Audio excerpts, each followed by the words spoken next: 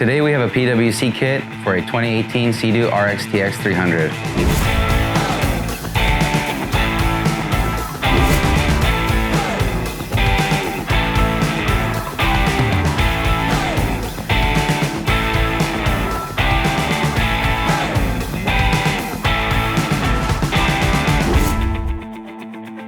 First, start by cleaning your watercraft. The surfaces must be clean and free of any debris like dust, dirt, sand, anything that's going to affect adhesive backing from making good contact. Before removing your mats, you'll need to gather a few materials. You'll need painter solvent, acetone, plastic putty knives, and some rags.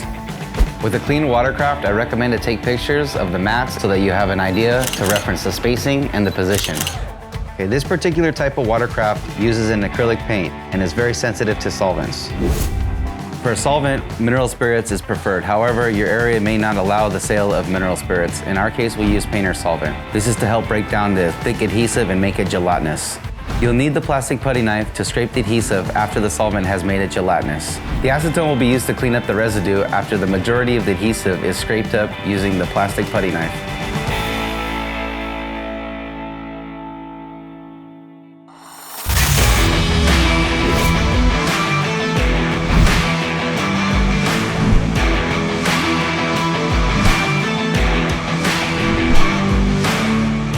To remove the mat, pick a corner of the mat that's furthest from you.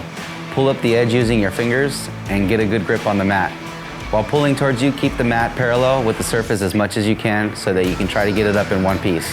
If you don't get it up in one piece and it decides to break apart, resort to using the plastic scraper to get the rest off. While peeling up the mat, if you see it's being real stubborn, as in the glue's sticking to the surface and not coming up with the mat, there's two ways to go about it. The first, you can utilize heat, and that'll help soften the glue up, and hopefully it'll stick onto the mat. And the second thing you could do is you could spray acetone while you're removing the mat. This is gonna relieve the glue from the surface, and any of the glue that's left behind will pick up with our plastic scraper after. Wipe up the excess acetone quickly. Use your solvent-soaked rag, and lay it on the areas of the adhesive, and begin scraping when it's in a gelatinous state.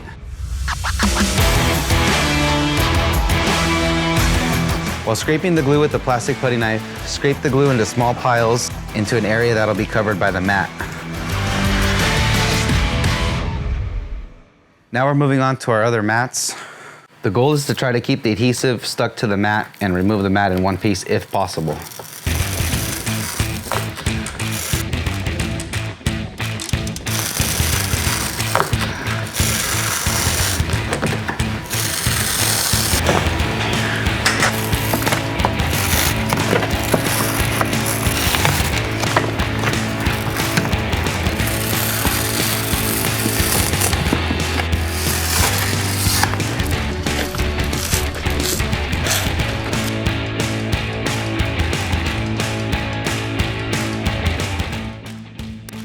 So as you can see in this mat, all the glue is pretty much stuck to the plastic surface because it adhered so well, and the mat's coming up just by itself. While pulling the mat up, you could spray acetone into this area. This will help break up the glue and the mat will come off easier. However, do not let the acetone sit too long on any plastics or the surface of your watercraft. Remove the last lines of glue that remain around the border. Do that using acetone and the soft rag. The residue left behind from the acetone and the solvent can be cleaned up by using a little bit of diluted Windex and a soft rag. Continue the same process on the other areas where the mats were removed. Now that the adhesive is all cleaned up, it's time to install our mats.